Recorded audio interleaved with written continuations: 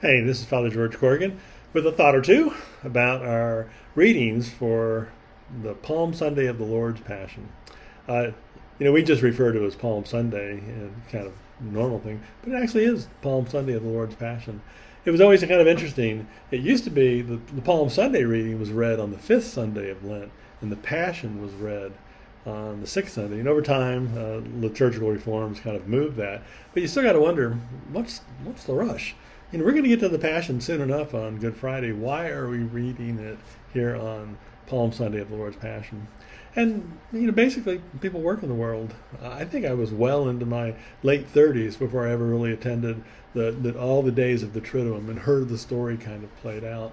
And so we read this Passion to sort of remember what we celebrate, especially during this week of the Triduum, the 3 days, that it is the Lord's Passion. And really, to kind of set yourself up to read the gospel, the second reading I would offer is something to read and pause and kind of meditate. It's this great reading from Philippians. And there's a part that says, "And every knee shall bend." Such is the primacy of Christ. Every knee shall bend. Why? Because he emptied himself and took on our life. And just as John will say in his gospel, that he's pitched his tent among us, as it literally says, lived our lives. And St. Paul says, lived everything, felt everything we felt, everything except sin. And we're now coming to the climax. It is now the Passion reading. In a way to sort of understand the Passion reading, and keep in mind, there's Matthew's Passion, there's Luke's Passion, there's Mark, and there's John, and we tend to sort of mush them all together because we know all the different piece parts. But this is simply, Matthew's telling. And you'll see some pieces that are very familiar, but you'll see, well, wait a minute, where are the three thieves? They're not part of Matthew's description. And so a way to look at it is to think about, it's a three-part play. The Passion is love portrayed, love betrayed, and love on display. So love portrayed, love betrayed, love on display. In the portrayal, we'll go through this celebration, the preparation for Passover. He desires to eat this one last meal, this memorial meal, so important in Jewish understanding, where the angel of death passed over the Israelites in Egypt and began the mark of, this is on the road to freedom, this is on the road to liberation. And they celebrate that. But on that night, we know something will happen. We'll celebrate on Holy Thursday.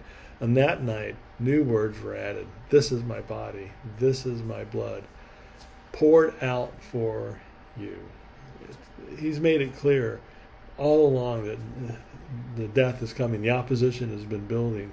But this is the Father's will, and he will do this. And it's that love on display between what he's willing to give his apostles, as well as that love on display with him and the Father as he prays in the garden, your will, but not mine. Love is clearly on display at a great cost, but nonetheless, love is there, is being portrayed. And all the while, love is being portrayed. Our reading starts out with Judas and his betrayal, but the betrayal, it happens in other places. The disciples, they betray, they all run away. Peter is that great scene in the courtyard of one of the Sanhedrin members where I don't know the guy. Love denied. And it's that sense that all along the way, the Jewish authorities betray the one who would be Messiah. The Roman authorities become, in a certain way, the lackeys of the Jewish authorities in the execution. Pilate knows he's not supposed to do this, but it's going to happen anyway. Love is betrayed the whole way along, and Jesus remains silent. And then the great thing of love on display, the way of the cross, all that's suffering.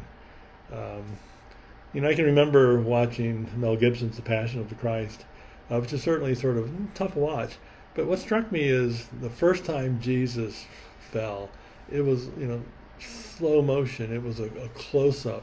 And I just vividly struck, Jesus fell. No, here he fell, the weight of the cross, and he hits the ground and he bounces.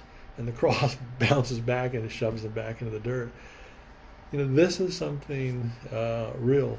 I mean, we're not to emphasize, be focused on the horror of the way of the cross, but it's love on display for us. It is love on display when Jesus is crucified, knowing that he will take on all the sins of the world. It is that three-part play.